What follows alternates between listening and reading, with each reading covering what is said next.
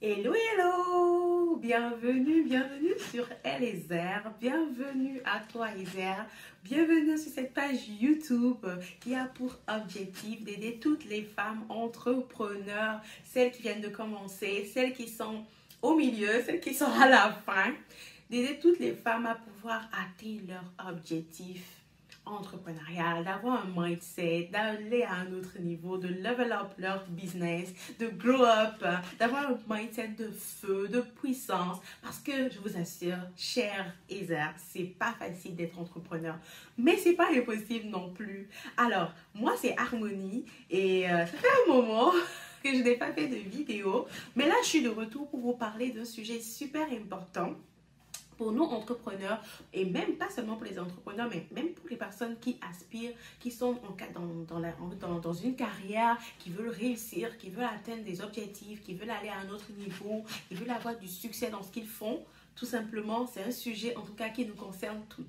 Alors, avant d'aller dans le vif du sujet, je voudrais vraiment souhaiter la chaleureuse bienvenue à toutes les nouvelles personnes qui nous ont rejoint cette chaîne Eliezer, qui désire vraiment à la femme Eliezer dans toute sa splendeur. Nous allons parler aussi de féminité, nous allons parler de beauté. Oui, je suis dans le domaine de la beauté, notamment précisément dans les cheveux. Donc, je pourrais de temps en temps vous partager aussi des astuces pour prendre soin de vos cheveux. Donc, là, je vais rentrer dans le vif du sujet avec vous parce que j'ai remarqué que c'est quelque chose qui nous, en tout cas, en tant que jeune entrepreneur, en tant que débutant, en tant que, je vais dire, nouveau dans le système, généralement, des personnes se confrontent à certaines réalités qui font qu'ils doivent se remettre en question, qu'ils doivent calculer leur façon de fonctionner pour pouvoir atteindre des objectifs. Et dans mes recherches, mais également dans mes expériences, dans ce que moi-même j'ai eu à faire, je vais vous partager ici quelques clés que j'ai eu à adopter, quelques principes que j'ai eu à adopter pour atteindre le succès dans mon entreprise actuellement. Je ne veux pas vous dire que je suis arrivée. Non, ce serait vous mentir carrément, cher Eliezer. Je ne dis pas que je suis arrivée, mais je suis en processus, je continue, je me bats, je persévère et j'ai la foi. J'ai la foi que cela va payer, j'ai la foi que cela va donner, que je vais atteindre le niveau d'excellence, le niveau de succès que je dois atteindre parce que je travaille avec excellence. Je travaille de façon acharnée, je ne cesse d'apprendre, je ne cesse de me bâtir, je ne cesse de faire des recherches et c'est ce que d'ailleurs je vous conseille tout simplement de faire. Je voudrais inviter chaleureusement toutes les personnes qui tombent sur cette vidéo à s'abonner à cette chaîne tout simplement parce que vraiment c'est le début d'une belle aventure et je vous confirme que vous êtes au bon endroit. Scotché à la bonne chaîne où nous allons nous motiver ensemble, nous allons nous aider ensemble à être des femmes puissantes, fortes, dans notre féminité bien sûr, dans notre douceur bien sûr, parce que nous sommes des Eliezer.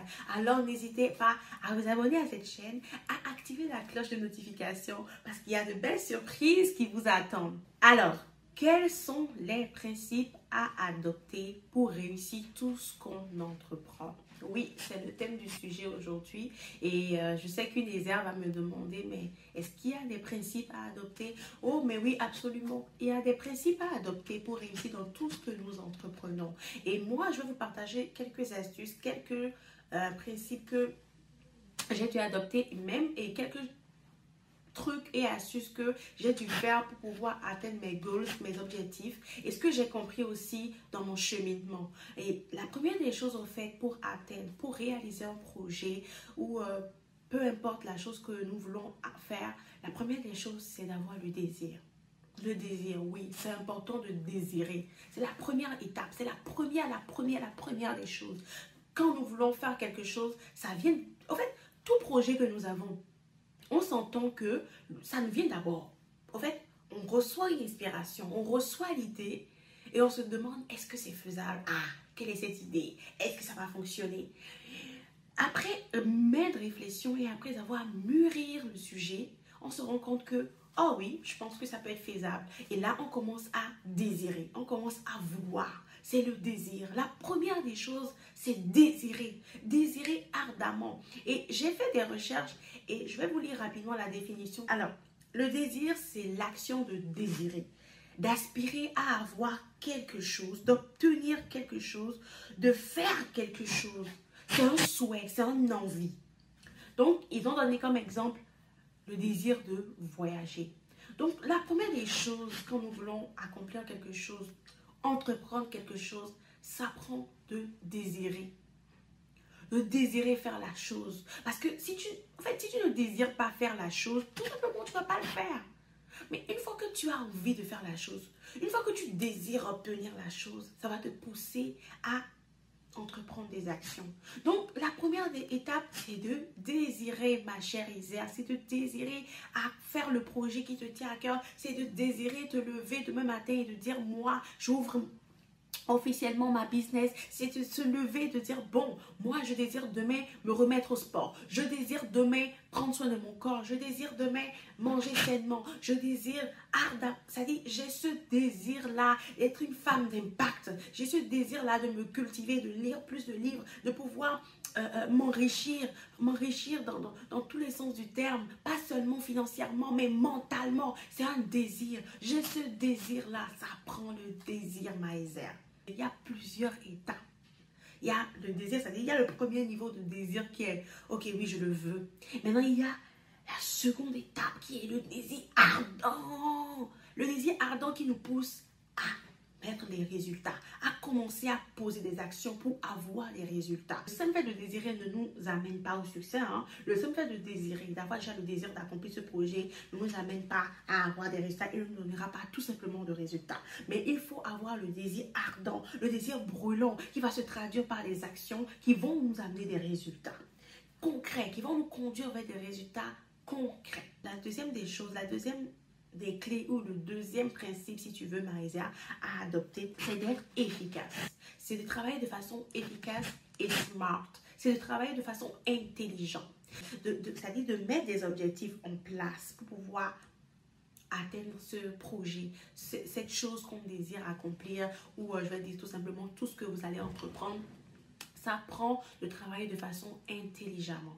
Si tu n'es pas encore abonné, ma chère Isère, abonne-toi maintenant à la chaîne, active la cloche des notifications pour m'encourager, mais aussi pour ne rater aucune des prochaines vidéos parce que il y a du contenu qui arrive. Oui, il y a du contenu. Alors, la sur et puis il y a du contenu. Dans cette seconde étape, il y a des sous-clés, c'est-à-dire des petites choses à faire pour pouvoir travailler de façon intelligente. La première des choses, c'est de fixer l'objectif. Donc, quand je prends l'exemple de moi, qui suis dans le domaine de la coiffure, je vous donne l'exemple. Par exemple, je me lève peut-être, aujourd'hui on est en septembre. Bon, je dis ok, là on est en septembre. En novembre, moi, mon objectif, c'est de pouvoir me faire un chiffre d'affaires de 5 000 $ dans ma business. Alors, quand je me suis dit ça, qu'est-ce que je dois faire pour atteindre ce chiffre d'affaires de 5 000 $ dans ma business? C'est là que rentre en compte les actions que j'aurai à mener. Donc, la première des choses que je vous dirais, c'est fixez-vous le montant. Dans votre entreprise, dans tout ce que vous aurez à faire, fixez-vous le montant que vous désirez atteindre. Donc, ça prend quoi? Je dis, moi, ok, je veux atteindre 5 000 $ dans ma business.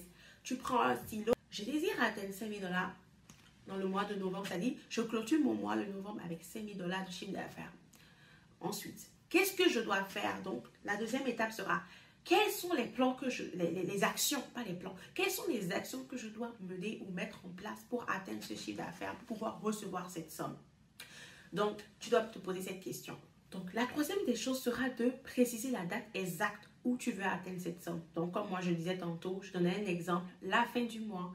Donc, pour toi, ça peut être le 20 du mois, ça peut être le 21 du mois, Maïzère, mais ça prend de fixer une date parce que le fait de pouvoir, pourquoi fixer une date? Le fait de pouvoir fixer une date d'échéance te permet, au fur et à mesure que les temps passent, de pouvoir faire un brainstorming pour se demander est-ce que je suis en train d'atteindre mon objectif parce que la date d'échéance est en train d'arriver. Ça te permet encore de travailler plus fort et d'avoir plus de nouvelles idées pour pouvoir vite atteindre l'objectif. Donc, c'est pour cela qu'il est de mise et très important de pouvoir se fixer une date exacte où on veut atteindre cette somme.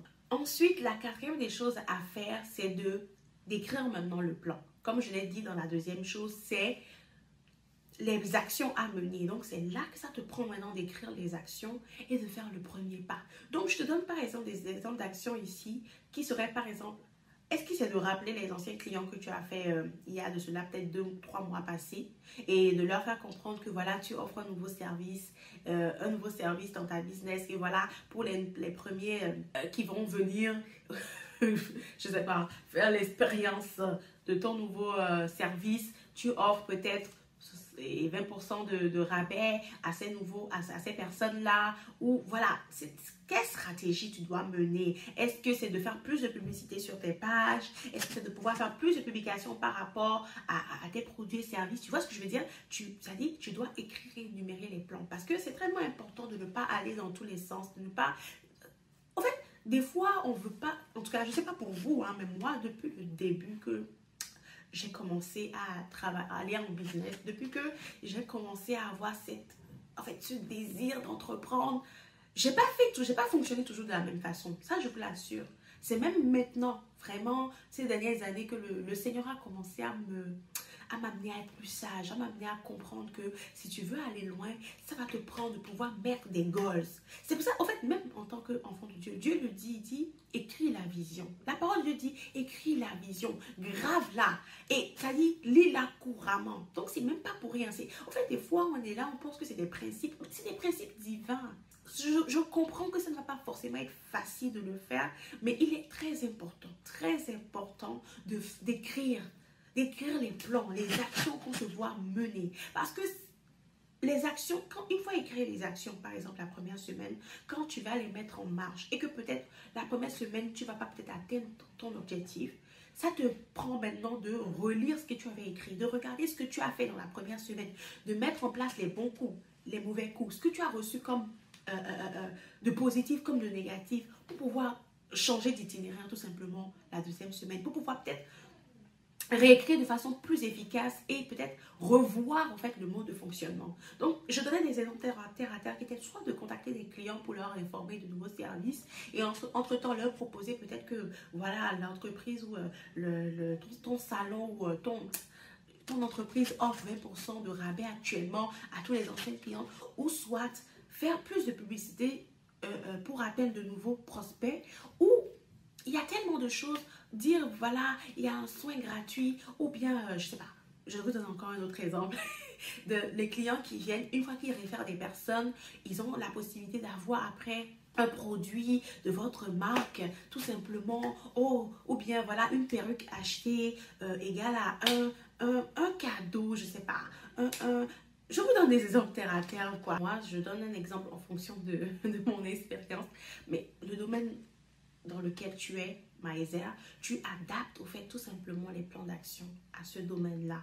Si c'est dans le marketing digital, si tu aides les personnes à pouvoir avoir un branding de qualité, comment faire pour communiquer de nouveaux sujets qui vont attirer les personnes, comment aller faire peut-être, je ne sais pas, des publi-reportages de personnes que tu as déjà eu comme clients, comment ils ont aimé ton service. C'est juste un exemple que je vous donne pour vous dire, voilà les plans à mener et il est très important de les écrire, de les mettre.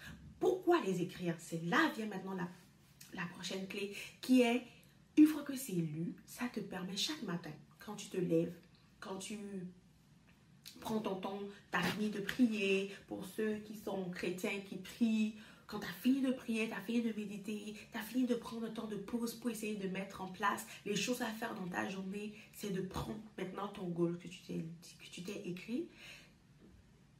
Parce que après avoir écrit les différentes étapes, les plans, les actions à mener, tu dois écrire maintenant aussi en bas qu'est-ce que tu comptes faire. Donc, c'est comme pour dire, moi, Harmonie, je me vois atteindre dans Eliezer Beauté 5 000 $ ce mois. Donc, c'est écrit vraiment en grand caractère, ce qui fait que après avoir fini ça, chaque matin, tu relis cela. Tu relis que moi, Harmonie, je me suis donné comme objectif que ce mois de novembre, le mois de novembre, je dois atteindre un chiffre d'affaires de 5 000 $ dans ma business. Et voilà les actions que je me suis donné à mener. Donc, je dois contacter mes anciens clients pour leur parler de nouveaux services que j'offre. Je dois faire plus de publicité sur ma page. Je dois communiquer beaucoup plus avec mes clients, leur faire comprendre que je suis à leur disposition. Je dois faire ci, je dois.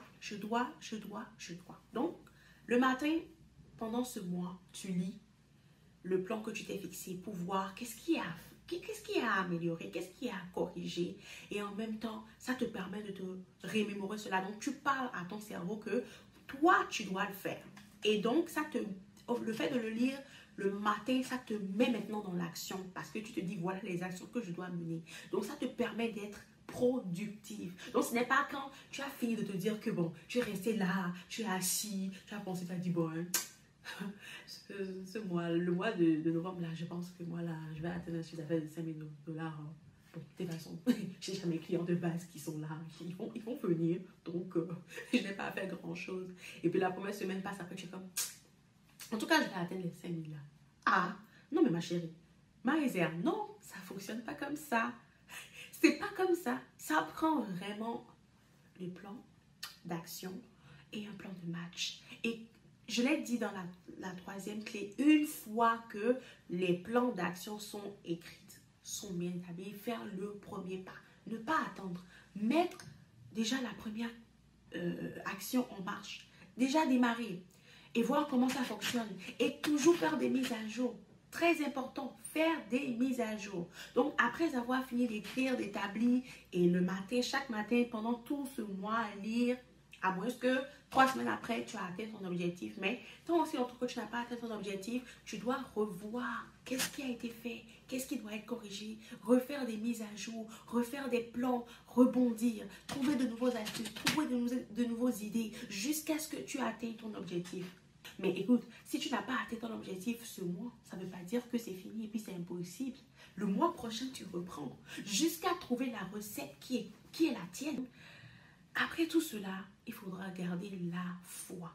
Il faudra garder la foi. Pourquoi la foi? Parce que la parole de Dieu dit que la foi est la ferme assurance, une démonstration des choses qu'on ne voit pas. Donc, il est, en tout cas en tant qu'enfant de Dieu, il est de mise d'avoir la foi. Et de confier chaque chose que nous voulons faire. Parce que il est bien beau d'écrire tous les plans d'action, d'écrire les étapes, le goal, ce qu'on désire faire. Mais après tout cela, il faudra confier le plan d'action, le projet entre les mains de Dieu, afin de lui demander de t'inspirer, afin de lui demander de te conduire, de te donner des idées. Parce que des fois, en tant qu'être humain, on pense que bon, on a le monopole de la connaissance, qu'on connaît tout. Mais non, mais non, mais non, mais non, mais non, mais non, absolument pas. On peut avoir la connaissance, on peut lire des milliers de livres, on peut connaître... Non, mais Dieu,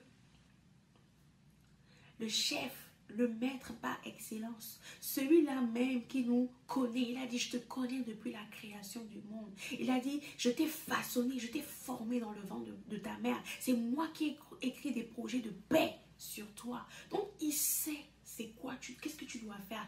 Et la prochaine étape sera d'être persévérant. Sois persévérant.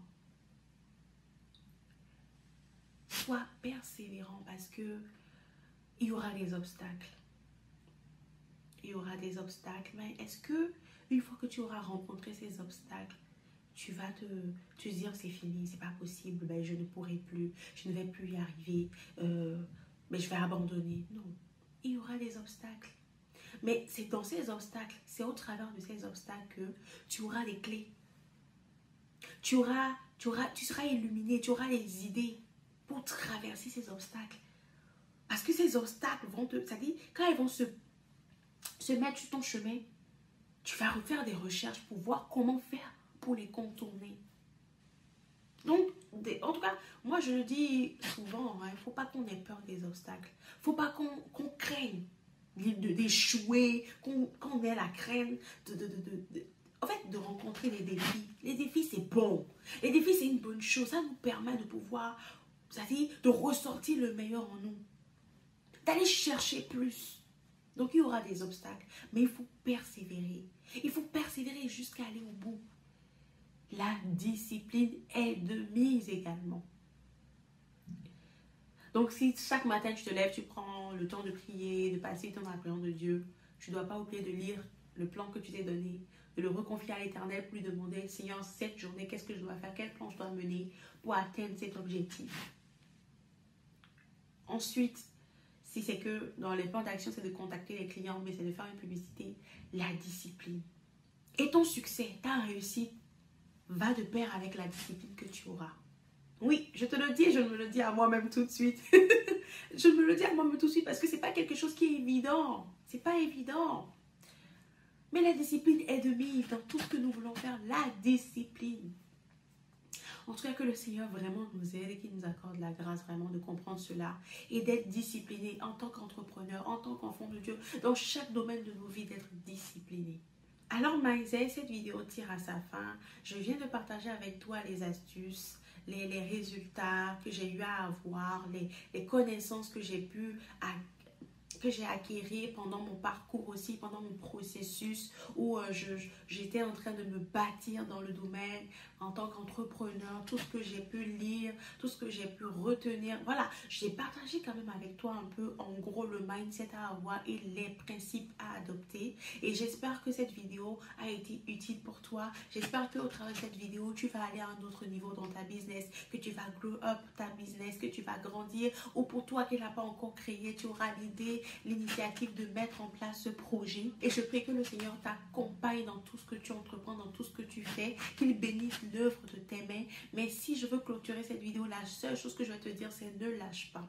Personne n'a dit que c'est facile, ça va être facile d'atteindre tes objectifs. Personne n'a dit que ça va être facile de pouvoir réussir, de pouvoir avoir du succès, mais ce n'est pas impossible. Nous sommes des femmes de succès, nous sommes des Ezer Woman et nous visons l'excellence. Alors que l'excellence soit ta marque de fabrique, ma Ezer, que l'excellence soit ton pouvoir. Reste scotché à cette chaîne YouTube, partage à une Ezer cette vidéo, une Ezer que tu sais forcément que ça pourra bénir. Et comme je le dis à toutes les personnes qui tombent cette vidéo pour la première fois sur cette chaîne, n'hésitez pas à vous abonner à cette chaîne YouTube et on se retrouve très prochainement pour une autre vidéo. N'hésitez pas à laisser dans les commentaires si cela vous a aidé, si cela vous a boosté, des stratégies à adopter. N'hésitez pas à me les écrire. Et si vous désirez aussi que j'aborde de nouveaux sujets ou d'autres sujets, n'hésitez pas non plus à me laisser dans les commentaires. Et on se retrouve à très prochainement.